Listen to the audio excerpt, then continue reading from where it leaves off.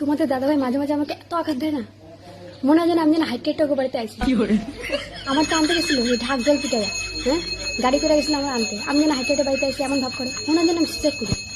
সাট করে মনে করে আমি যদি সুইসাইড করি তাহলে যে এক বছর যেতে যেতে মালটা আর একটা বিয়ে করবে।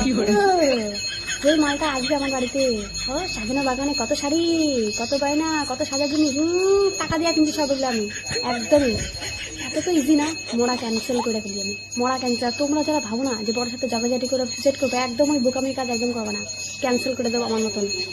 মাথাটা ঠান্ডা রাখবা, ওই মাথা গরমের অবস্থা না, কোনো কিছু ঠিকঠাক কথা ভাবা যায় না, সাথে উল্টো পাল্টা কথা বলবে। মাথা ঠান্ডা রাখবা, মাথা ঠান্ডা রেখে কাজ করবা, বুঝেছ?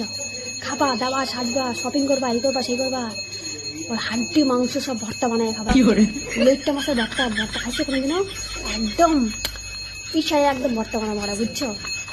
যতদিন বাঁচবা যতটা না মানে আঘাত দেবে তার থেকে বেশি আঘাত করবা, তত জ্বালাবা, কত জ্বালাবে আমাদেরকে, আমাদের মেয়েদেরকে যত জ্বালাবে না তার থেকে 4 ডবল জ্বালাবা নিজের বরদেরকে। একদম মরা চলবে না ভাই, মইটা তুমি অন্য একটা বাড়িতে আনবা। কত শখ, এত শক্ত আমি তো পূরণ করতে দেবো না, আমি তো ভাই মহিলাও শান্তি পাব না। আমার মাল অন্য কেউ নেবে, আমার জিনিস অনেকে হাত দেবে, এত ইজি না। আমার আত্মা ঘুরে ফিরে বাইরে ছুঁতে হতে পারবো না, মারতে হতে পারবো না, ওরা শান্তি পাব না রে ভাই। মরা ক্যান্সেল, তোমরা মরা ক্যান্সেল করে দেবে, একদম মরার কথা ভাববা না।